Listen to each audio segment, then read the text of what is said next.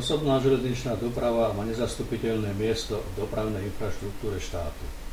Jej výhodami je najmä bezpečnosť prevádzky, ekologický rozmer životnému prostrediu, kapacitná možnosť prepravovať naraz veľké množstvo cestujúcich, relatívna rýchlosť oproti iným pozemným dopravným systémom.